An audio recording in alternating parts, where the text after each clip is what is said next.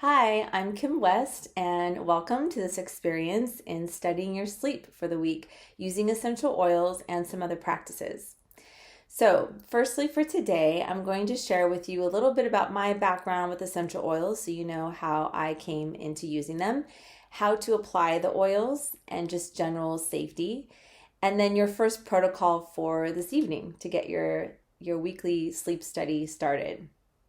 So, firstly, the way I got into essential oils is really because I've been on a health journey for a long time. So, I was very sick when I was a teenager, and when I was 22, I had my entire colon removed. So, as you might guess, gut health has been a huge part of my health and wellness journey. And I'm very proud and lucky to say that I continue to feel healthier every year as I get older. So, about 5 years ago or so, I had a symptom come up and I was looking for something quite strong but natural to deal with it. And it's a gut thing. And so I was looking into oregano essential oil and I found some at a local health store and I didn't really notice much of a change. And then I used some from doTERRA and then I really did notice huge improvement. So that got me interested in learning more about essential oils, understanding how important the quality is when using plant medicine.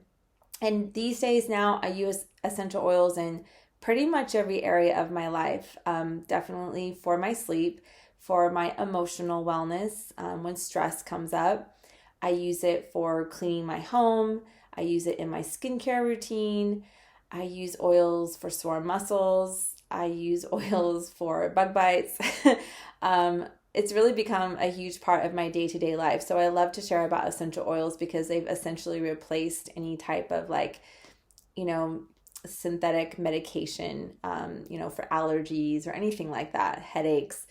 So in this study, we're talking about sleep. And so, as we get into the oils this week, we're going to be trying a different oil each day, each evening, and different protocols. But just for today, what I'd like to do is give you an overview of the oils and how to use them. So, there are 3 ways to use essential oils. One is inhaling, right? So, you can simply open up a bottle and inhale from the bottle directly. And you don't even use any of your oil that way, or you can pour some drops into a diffuser that's a machine with water in it that diffuses the scent of the oil into your room. So I've got diffusers in pretty much all the rooms in my home, and it just makes a massive difference in my health and the air quality and my mood. So that's the first way, and that's the most effective way to quickly absorb the benefits of the oil. Within about 20 seconds, the essential oil is reaching our brain tissue, so it's very effective. So the second way is to apply into your skin. So this just depends on how you want to use the oils. It's just personal preference. Say, for example, you've got a sore muscle. Obviously, applying straight to the muscle group would be a great way. If you've got a digestive issue, you can apply directly onto your belly through your skin. So applying essential oil to your skin, the rule of thumb is dilute the oil. So this doesn't, there's some oils that I don't dilute at all just because I know which ones work for me and I don't have sensitive skin to the oils. But just to be on the safe side, you want to always dilute just to see how your skin reacts. So as a general rule, you might take a teaspoon of a carrier oil. So that might be anything you have in your home, like coconut oil, olive oil. It could also be nice skin oils like jojoba oil or rosehip oil. One that's commonly used in aromatherapy is fractionated coconut oil, and that takes away any scent from coconut. It's just odorless. So you would take a teaspoon of that and then add 1 drop of your essential oil, do a little mix, and then apply it wherever you would like. So that's a good way to start if you're not sure, and especially with kids and animals and older people, you want to always dilute just to be on the safe side. But as you get to know the oils, some of them you don't need to dilute. The ones that you absolutely should dilute are the ones that are hot, and that's oregano is one of them. It's very hot. Cinnamon, clove, thyme, those are spicier oils. Peppermint is quite strong. And then the third way to use essential oils is to ingest them. But this is really only for high quality oils like doTERRA's. So I would be very mindful of any other essential oil that you're not sure of where it's sourced from. So that way, when it's high quality, we know there's no contaminants, there's no pesticides, and it really truly is the oil. It is fully the oil that it says it is. There's nothing else in it that we're not sure of. So in that way, there's like specific reasons you would ingest the oil, and it's a less common way to use the oil, but it does come up, for example, for digestion.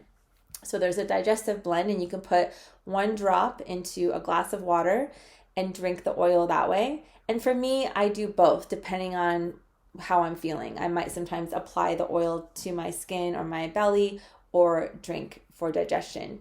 If you want to make your water more nice to taste, you might put a drop of lemon or orange or any kind of citrus into your water. So those are reasons why you might ingest the oil. Okay, so for safety, the main thing you want to think about is one thing we've already spoke about is dilution. Secondly is, of course, don't put the oil into your ears, your eyes, things like that. If you accidentally touch your eyes, if you got essential oil on your fingers and you rub your eyes and it's like, ow, it will probably burn a bit. Don't put water on your eye.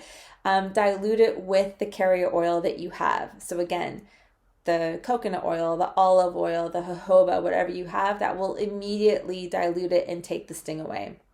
Putting water onto it, which is generally what people think they should do, actually makes it worse because oil and water don't mix. So that's the main thing to remember, is just have your carrier oil there if you're using a sensitive oil and you touch your eyes.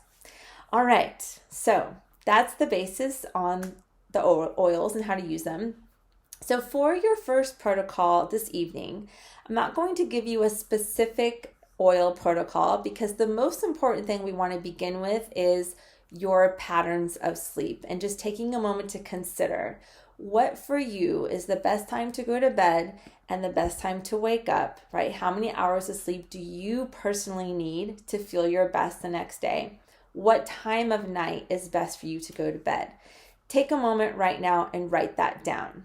Be very clear. And it might be a range, but generally we kind of know what works for us, and everyone is very different. If you're not sure and you feel like you vary a bit, there is a quiz called the chronotype quiz, and it puts people into 4 categories, and they're different animals.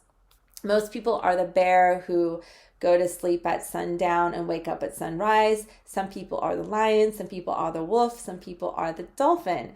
So I'll give you the link below so that you can take that quiz if you want, just to see when is the best time for you to generally go to sleep and wake up. It also gives you some insight on when you're most productive during the day. So this is important for you to know for yourself. You don't have to do the chronotype quiz if you already feel like you know the best time, but that's a guide for you if you want it. Because as we know, sleep is vital to every system in our body and our overall health. If we have digestive issues, if we have, we want to support our immune system, if we want better skin, if we, every area of our body, we need sleep to repair and restore. And not only that, we want quality sleep. So one way to get quality sleep, which helps balance your hormones, is to have a routine. So whatever routine works for you, whether you're more of a night owl or more of going to bed early, just find that and see if you can stay consistent with your bedtime. That is going to really, really help your body. So that's your job for today, is to really get clear on what you want your bedtime to be. And then tonight, of course, getting to bed at that time. And what I'd like you to do in order to hopefully fall asleep by that time is to give yourself at least 10 or 15 minutes of a little routine to wind down before bed. And for you, you might want 30 minutes. You might want a whole hour, but at least 10 to 15 minutes to wind down. So what could this be? You could go onto YouTube or my YouTube channel and find a restorative yin relaxing yoga practice. You could listen to a yoga nidra and lay in bed and listen to the meditation until you fall asleep. You could sit and do slow breathing. You could journal, which is an awesome way to let go of that busy mind. So I feel like sometimes you're just thinking a lot and having trouble going to sleep or waking up thinking, Try journaling as your way to wind down, to allow yourself to process the day so that you can let that go and actually be ready for sleep. But your wind down might be anything else. It might be reading a book, it might be massaging your face. It might be just doing some simple stretches. So find that wind down time and commit to it tonight. And if you would like to use one of the essential oils that you have, which is either lavender, copaiba, or vetiver, which I will give you great information on each one this week. But intuitively, if one of them is calling to you and you like the scent, you can use the oil, smell it in your wind down time. You can open the bottle and simply smell from the bottle. If you want to have more of the aroma on you and apply it, with all these oils, they're not very sensitive to the skin, so you probably don't need to dilute them, but do a test on yourself to make sure your skin's okay with it. If your skin's okay with it, just take a drop and put them behind the back of your neck or on your wrists. Okay, so that's what you can do if you want to use the oils tonight, either one of the three that you'd like to use. So I'm very much looking forward to hearing how your first night of sleep goes, what you're committing to as your bedtime routine, and what your wind down routine is for this evening. You will receive your next email tomorrow with a new protocol and a survey so that you can keep track of exactly what's happening each night and day. All right, happy sleeping.